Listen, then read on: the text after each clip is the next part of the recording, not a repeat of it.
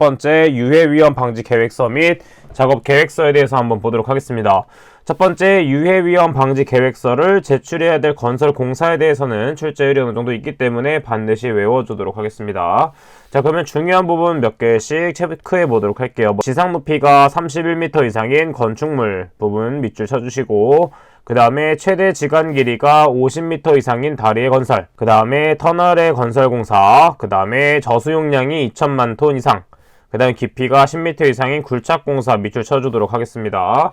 자, 그 다음에 암기법은 어떻게 적용해주면 되냐면 10월 31일 날 건축된 50개의 학교에는 2천만 톤을 저수할 수 있다, 이렇게 외워주면 되겠죠. 자, 첫 번째 10은 무엇이냐면 깊이 10m 이상인 굴착 공사. 자, 그 다음에 31일 건축은 무엇이다? 건축물, 지상 높이가 31m 이상인 건축물이 되겠고, 그 다음 50개의 학교는 무엇이다? 최대 지간 길이가 50m 이상인 다리의 건설. 자, 교는 다리를 떠올려주면 되겠죠. 그 다음에 2천만 톤 저수는 저수용량 2천만 톤 이상이 된다, 체크. 그 다음 추가적으로 터널의 건설 등의 공사도 된다 라는 걸 체크하고 암기를 해주시도록 하겠습니다. 추가적으로 우측에 있는 연면적 5,000m 이상인 시설의 종류도 같이 참고해서 외워주도록 할게요. 자, 다음은 유해위험 방지 계획서 제출 기한 및 첨부 서류에 대한 것을 보도록 하겠습니다. 자, 해당 파트는 건설에 대한 내용이기 때문에 건설 공사일 경우에 유해위험 방지 계획서를 해당 공사의 착공 전날까지 공단에 이부를 제출해줘야 되겠습니다. 자, 이것과 비교하는 것이 무엇이다? 제조업을 항상 비교해줘라 라고 제가 말씀을 드렸죠. 자, 제조업은 뭐다? 제조업은 작업 시작 전 15일 전까지 제출을 해주면 되겠습니다.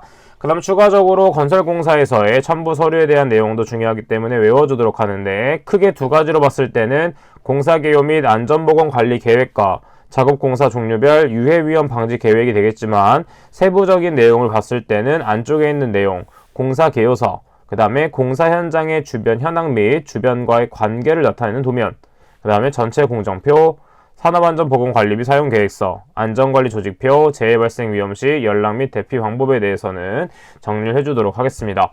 자, 그 다음에 아래쪽에 있는 사전조사 및 작업계획서에 대한 부분은 출제율이 높기 때문에 반드시 외워주도록 할게요.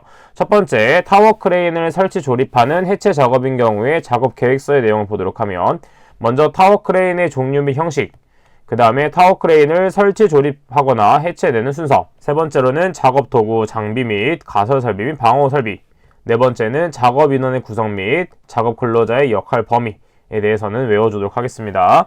자, 그 다음에 세 번째, 차량계 건설기계를 사용하는 작업을 했을 경우에는 작업계획서에 뭘 포함시켜줘야 된다? 사용하는 차량계 건설기계의 종류 및 성능, 그 다음에 차량계 건설기계의 운행 경로, 그 다음에 차량계 건설기계에 의한 작업 방법을 포함시켜주면 되겠고, 필기에서도 언급드렸지만 해당 부분 차량계 건설기계에 대한 것은 실무에서 많이 사용하는 작업 계획서이기 때문에 그것을 맞춰서 진행을 해주시면 되겠습니다.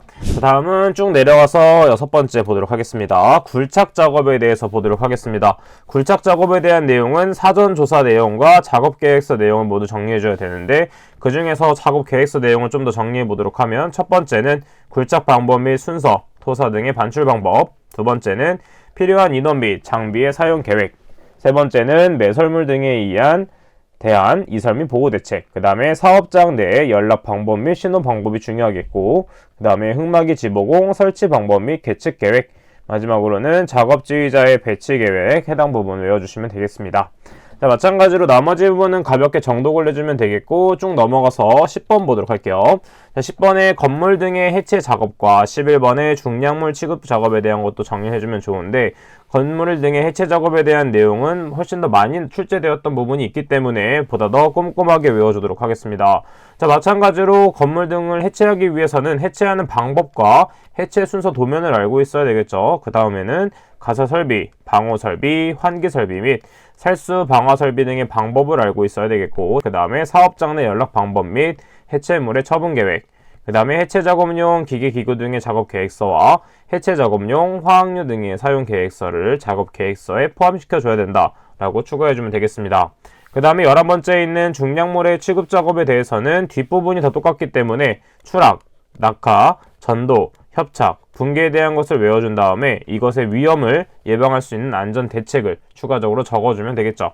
자, 이런 식으로 정리를 해주도록 하겠고, 그 다음 아래쪽에 있는 건설업, 산업안전보건관리비에 대한 내용, 해당 부분도 마찬가지로 필기에서 한번 언급드렸던 부분이 있는데 이 부분에 대해서는 계산하는 방법만 한 번 더 알고 있으면 됩니다. 자, 그럼 넘어가도록 해서 지금 보게 되면 공사 종류 및 규모별 안전관리비 계산기준표를 기준으로 보았을 때 각각의 공사 종류에 따른 대상액의 표가 있습니다. 자, 이 표에 맞춰서 적용을 해주면 되겠는데 일반적으로는 일반 건설공사 값에 대해서 출제율이 어느 정도 있었기 때문에 값에 대해서는 반드시 외워주도록 하겠고 나머지 부분에 대해서는 출제율이 좀 낮기 때문에 가볍게 정독을 해준다라고 생각을 해주면 되겠습니다. 자, 해당 부분을 계산하는 것은 우리가 필기 때 연습을 많이 했기 때문에 실기에서 나왔을 경우 한 번 더 풀어보고 이해가 안 될 경우에 추가적으로 질문을 해주시면 되겠습니다. 자, 그래서 이 부분은 쭉 넘어가도록 할게요. 자, 그 다음은 집안의 안전성에서 집안의 이상 현상 및 안전 대책에 대해서 보도록 하겠습니다. 집안의 이상 현상에 대해서는 크게 두 가지를 볼 수가 있겠죠. 보일링 현상과 히빙 현상이 있습니다. 자, 보일링과 히빙의 단어를 이해한다면 보다 더 쉽게 원인과 형상을 파악할 수 있게 되는데 먼저 보일러를 떠올려주면 되겠죠. 보일러는 물을 끓여서 그 물을 이동시킴으로 해서 우리가 따뜻하게 해주는 게 보일러가 됩니다. 즉 보일이 무슨 뜻이냐면 보일이 끓어오른다라고 보시면 됩니다. 그 다음에 히빙은 부풀어 오른다. 이렇게만 알고 있으면 충분히 접근할 수가 있습니다. 따라서 보일링 현상은 끓는 현상이기 때문에 물과 관련된 녀석, 즉 지하 수위가 높고 투수성이 좋은 사질 집안에서 많이 발생이 되겠고 일반적으로 이렇게 원인이 무엇이냐면 굴착면과 배면토의 수두차에 의한 침투압이 발생이 되며 흙막이 벽체의 근입장이 부족. 자, 근입장이 무엇이냐면 자, 이렇게 파고 들어간 부분, 이 부분이 근입장이라고 볼 수 있겠죠. 자, 그래서 이 원인을 막기 위해서는 근입장을 좀 더 깊게, 증근밀도를 깊게 해주면 되겠죠.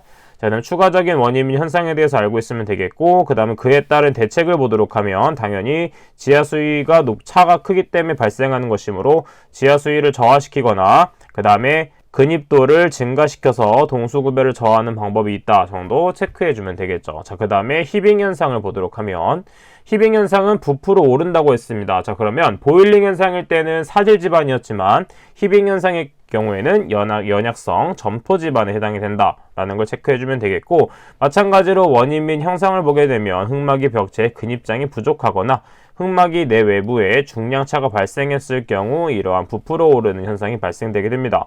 따라서 마찬가지로 이러한 것의 대책을 보도록 하면 흙막이 벽의 근입장을 경질지반까지 연장하는 방법이 있겠고 굴착지면의 하중을 증가하는 방법이 있다 정도 체크를 해주면 되겠습니다. 다음에 집안의 안전대책에 대해서는 출제율이 거의 안 나왔다고 볼 수 있기 때문에 그냥 이런 것이 있구나 정도만 파악하면 되고 중요한 부분을 기점으로 암기를 해주시면 되겠습니다. 자, 왜냐하면 실기에서는 마찬가지로 작업형과 필답형을 모두 공부를 해줘야 되고 필답형을 먼저 본 다음에 그 점수에 맞춰서 작업형을 대비하면 되기 때문에 불필요한 부분들은 제외하고 기출문제와 자주 출제되었던 이론을 활용해서 공부를 해주도록 하겠습니다.